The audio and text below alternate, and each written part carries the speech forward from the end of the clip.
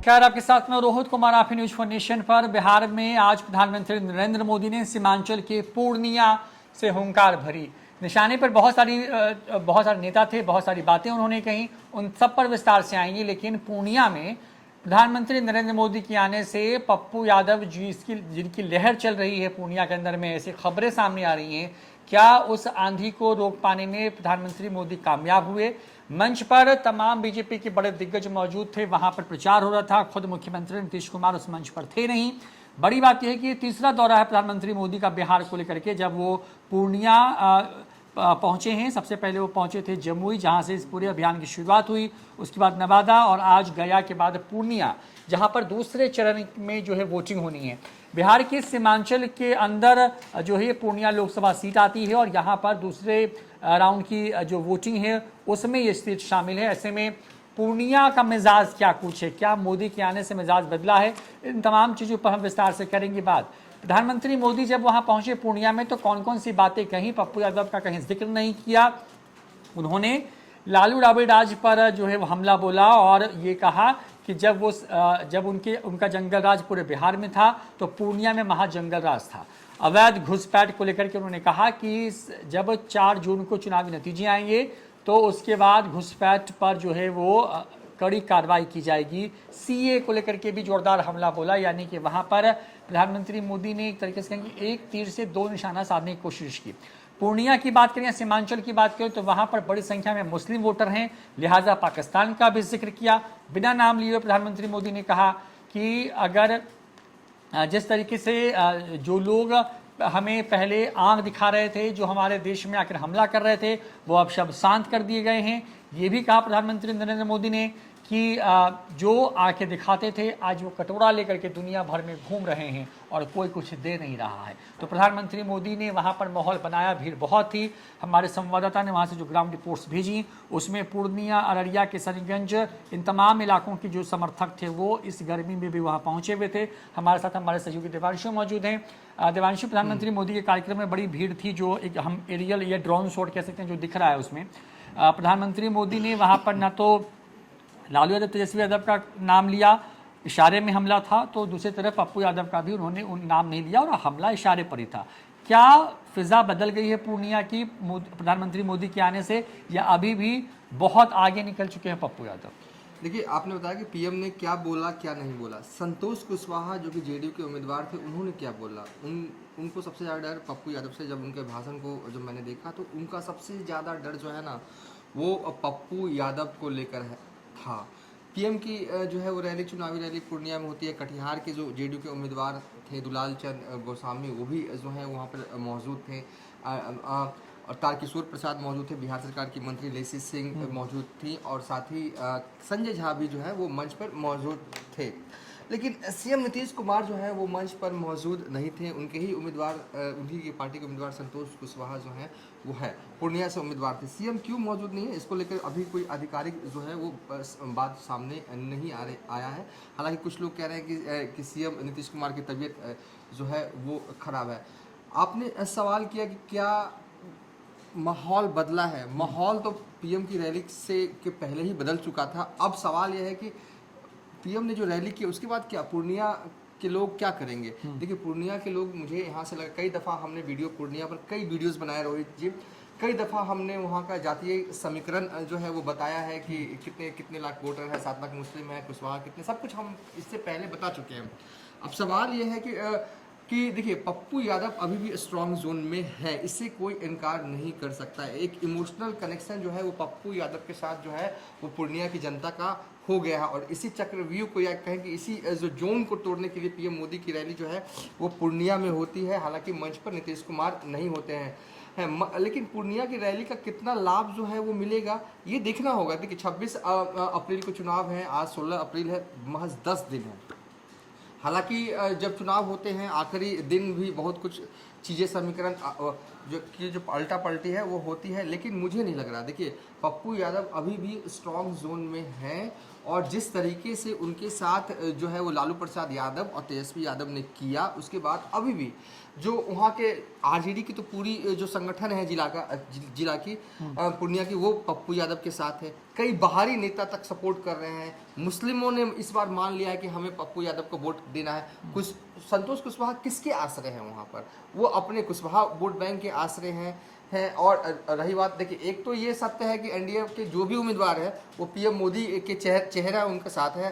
वो जातीय समीकरण कितना भी मजबूत हो, लेकिन पीएम मोदी का चेहरा अभी भी सबसे मजबूत स्तंभ जो है वो पॉजिटिव चीज है संतोष कुशवाहा के साथ। लेकिन पूर्णिया का खेल जो है ना कुछ और ही है। पूर्णिया का खेल जो है, सभी लोग आम हो खास हो, जाति से ऊपर जो है वो पप्पू यादव को इस बार पसंद कर रहे हैं, इस बार चाह रहे हैं। जाने अनजाने ही सही, हर चीज जो है वो पप्पू यादव के हिसाब से होती जा रही। चाहे अब वो गाड़ी का मसला ही ले लिए, पुलिस छापेमारी करती है उनके घर पे, उससे भी एक मैसेज निकला है वहाँ के लोगों में, वहाँ के स्थानीय लोगों में, कि पुलिस ने जानबूझकर पप्पू यादव के साथ ऐसा किया। पुलिस, ठीक है, बिहार में तो नीतीश कुमार की ही सरकार है ना, तो वो तो जाएगा ही ना कि जेडीयू पे जो ठीक रहा तो फूटेगा ही फूटेगा। तो कहीं ना कहीं मुझे यहाँ से लग रहा है, देखिए, पीएम नरेंद्र मोदी ने रैली की है। पीएम नरेंद्र मोदी बहुत ही सीरियसली चुनाव जो है वो लड़ रहे हैं। ये महागठबंधन टाइप के लोगों की तरह नहीं लड़ रहे हैं, तेजस्वी यादव की तरह चुनाव नहीं लड़ रहे हैं, न कि राहुल गांधी की तरह लड़ रहे हैं। ये लोग जो हैं वो एक साथ एक मंच पे आ ही नहीं रहे, अब तक नहीं आए हैं। पहले चरण का प्रचार जो है वो थम चुका है, लेकिन अब तक ये एक मंच पर नहीं आया। लेकिन नरेंद्र मोदी पहला दौरा करते हैं जमुई में करते हैं, जमुई जहाँ पे एनडीए के उम्मीदवार के लिए प्रचार करते हैं। आज भी पूर्णिया आए तो एनडीए के उम्मीदवार के लिए प्रचार करने के लिए, आज भी गया आए तो एनडीए के उम्मीदवार के लिए प्रचार करने आए। बीजेपी के लिए सिर्फ नवादा आए थे, बीजेपी के उम्मीदवार के लिए प्रचार करने के लिए। तो पूरा एनडीए ना एकजुट है, इससे इनकार नहीं किया जा सकता है। क्योंकि पीएम मोदी का चेहरा इस वक्त इतना बड़ा है कि एनडीए के सभी उम्मीदवारों को ये लग रहा है कि हम अगर सही तरीके से मैनेजमेंट करते हुए चल जाएं चुनाव की तारीखों तक, तो हमारी जीत जो है वो सुनिश्चित है। लेकिन पूर्णिया का माहौल, पूर्णिया का खेल, पूर्णिया का सियासी समीकरण पूरी तरीके से पप्पू यादव ने अपने खेमे में कर लिया। कुछ चीज़ें तो होती कि आप चाहते हैं तो हो जाती, कुछ चीज़ें नेचुरली जो है ना कि जो है वो हो गई पप्पू यादव के पक्ष में। और देखिए, साल 2014 में जब बीजेपी जेडीयू अलग चुनाव लड़ रही थी, तब भी संतोष कुशवाहा चुनाव लड़े थे यहाँ से और जीत गए थे। ठीक है, इतने ही कमजोर नहीं है। लेकिन इस बार खेल जो है ना सब कुछ मतलब कि चट भी मेरी पट भी मेरी वाली स्थिति में पप्पू यादव आ गए हैं। देखिए, नामांकन के दिन पूर्णिया पहुंचते हैं तेजस्वी यादव। अब तो बैक टू बैक कार्यक्रम लगेंगे, 10 दिन बचा हुआ है। अब पीएम का कार्यक्रम हो गया, अब लगातार दौरा जो है वो कल से ही लगने वाला है तेजस्वी यादव का पूर्णिया में। सब कुछ हो रहा है पप्पू यादव किसी भी तरीके से सांसद ना बने, इसलिए हो रहा है। और लोगों ने ये जो है ना कहीं कहीं आम जो लोगों के बीच में ये परसेप्शन जो लगातार हमारे रिपोर्टर्स वहाँ से जो हैं वो पब्लिक ओपिनियन करके भेज रहे हैं, और हमारी जो पटना की टीम भी वहाँ पे गई हुई, लगातार लोगों से बातचीत वहाँ की हो रही है। सभी लोग मतलब है ना एक सुर में पप्पू यादव का नाम ले रहे हैं। और जो स्टेज पे जो हम विजुअल्स दिखा रहे हैं ना, देखिए ये स्टेज की विजुअल दिखा रहे हैं, पूर्णिया के रंगभूमि मैदान की तस्वीरें हैं जहाँ पर पीएम नरेंद्र मोदी ने आज रैली की। रोहित, वो स्टेज पर वो फील नहीं आया। मतलब कि देखिए, पीएम नरेंद्र मोदी जो है वो संजय झा से लगातार बातचीत करते रहे, और लगातार ये अपने इंतजार में संतोष कुशवाहा की मेरी तरफ भी पीएम देखें, हमसे भी बातचीत करें, लेकिन ऐसा हुआ नहीं। हल्की फुल्की बातचीत। तो कहीं ना कहीं संतोष कुशवाहा को मैं मानता हूँ। देखिए, समीकरण हमने कई दफ़ा बताया, 7 लाख मुस्लिम है, और एक देखिए सीवान से हिना साहब का मैसेज जो है वो पहुँच चुका है पूर्णिया की। जो भी मुस्लिम हैं, जो भी उनके लोग हैं, वो पप्पू यादव को ही सपोर्ट करेंगे। देवेंद्र यादव जो कि उस साइड, देखिए मधुबनी साइड में जाना माना नाम है, 5 दफ़ा झंझारपुर से सांसद रहे हैं और उन्होंने जाकर सपोर्ट किया। तो पप्पू यादव के लिए समीकरण, और खासकर पैसे की भी कोई दिक्कत अब पप्पू यादव को नहीं है। लोगों से जितना बन पड़ रहा है, गूगल पे, फोन पे, 1 रुपया, 2 रुपये, 4 रुपये चंदा तक इकट्ठा कर रहा है, तो पप्पू यादव की आमदनी में भी कोई दिक्कत नहीं है। जितने पैसे चाहिए उतने प्रचार में हो जा रहे हैं, कोई दिक्कत नहीं है। और जाने अनजाने ही सही पप्पू यादव के पक्ष में पूर्णिया में समीकरण मुझे दिख रहा है। रोहित, तो देखिए ये बात है, लेकिन हम थोड़ा पप्पू यादव जब प्रधानमंत्री नरेंद्र मोदी पहुंचे तो उसके पहले, क्योंकि देवांश ने सारी बातें विस्तार से बताई आपको, लेकिन एक चीज़ जो मैं यहाँ पे और ऐड ऑन करता हूँ कि प्रधानमंत्री मोदी जब पूर्णिया के मंच पर चढ़ने वाले थे उसके ठीक उसी वक्त में पप्पू यादव ने एक बयान जारी किया अपने एक्स हैंडल पे। वो कहते हैं कि 9 साल पहले पूर्णिया एयरपोर्ट का शुरू करने का वादा पीएम साहब ने इसी रंगभूमि मैदान में किया था। 9 साल बाद भी जवाब शून्य बटा सन्नाटा है। मोदी जी अपने इन हवाई वादों की सच्चाई बताइए। अपना और अपने नकारे एमपी के 10 साल की नाकामियों का श्वेत पत्र पूर्णिया की जनता के सामने जारी करिए। यानी कि बहुत माइक्रो लेवल पर फील्डिंग सेट करने की कोशिश कर रहे हैं पप्पू यादव। मोदी जब पहुंच रहे थे तो पूर्णिया एयरपोर्ट बना क्यों नहीं, वहाँ के सांसद ने 10 सालों में क्या क्या काम किए, वहाँ के लोगों के लिए एक जो है श्वेत पत्र जारी करने की मांग पप्पू यादव कर रहे हैं। देखिए पप्पू यादव ने जिस तरीके से चुनाव के लिए वो पहले जैसे पहुँचे, जब उनको ये पता नहीं था कि किस पार्टी से लड़ना है या निर्दलीय लड़ना है, वो पूर्णिया पहुंच जाते हैं, वहाँ कार्यक्रम करते हैं।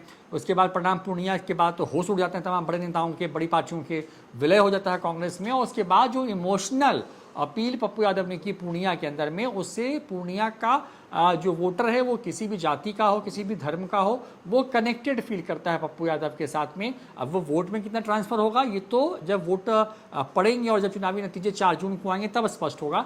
लेकिन पप्पू यादव ने एक माहौल बनाया है, शायद यही बड़ी वजह है कि वहाँ पर जदयू के प्रत्याशी को जिताने के लिए प्रधानमंत्री मोदी पहुँच रहे हैं वहाँ मंच पर।